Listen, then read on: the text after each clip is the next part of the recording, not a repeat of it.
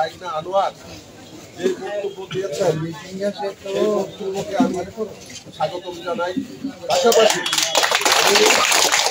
আপনাদের সাথে সুর মিলিয়ে, আনোয়ারের সাথে সুর মিলিয়ে আমি বলতে চাই, দুলালপুরের মাটি আনারসের গাছ।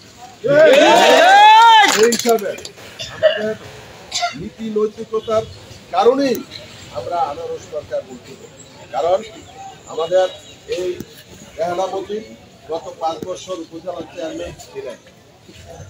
আমারও সৌভাগ্য হয়েছে আমি চেয়ারম্যান হিসাবে ওনার সাথে কাজ করার। একটা জিনিস, যে মানুষটার লোভ নাই এই মানুষটার জগতে আসছে ভালো মানুষ নাই, যার লোভ নাই আসছে ভালো মানুষ জগতে নাই। সেই হিসাবে এই 5 বছর ওনার সাথে আমি কাজ করেছি, কোনোদিন ওনার কাছ থেকে আমরা কোনো চেয়ারম্যান কোনো বা ওনার কাছে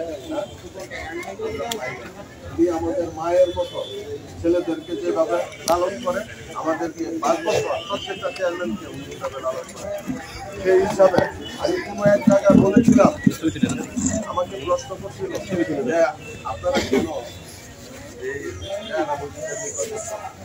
আমি উত্তরে বলেছিলাম যে গত 5 বছর যেইভাবে এই পরিষদটা চালিয়েছে, ওনার সাথে যদি আমরা ওনার নির্বাচন না করি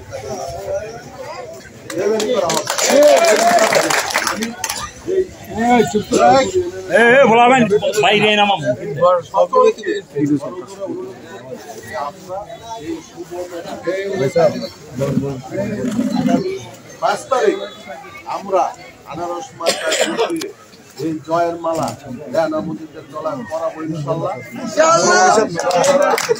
এই আশা ব্যক্ত রেখে আমি আমার বক্তব্য বলার অনেক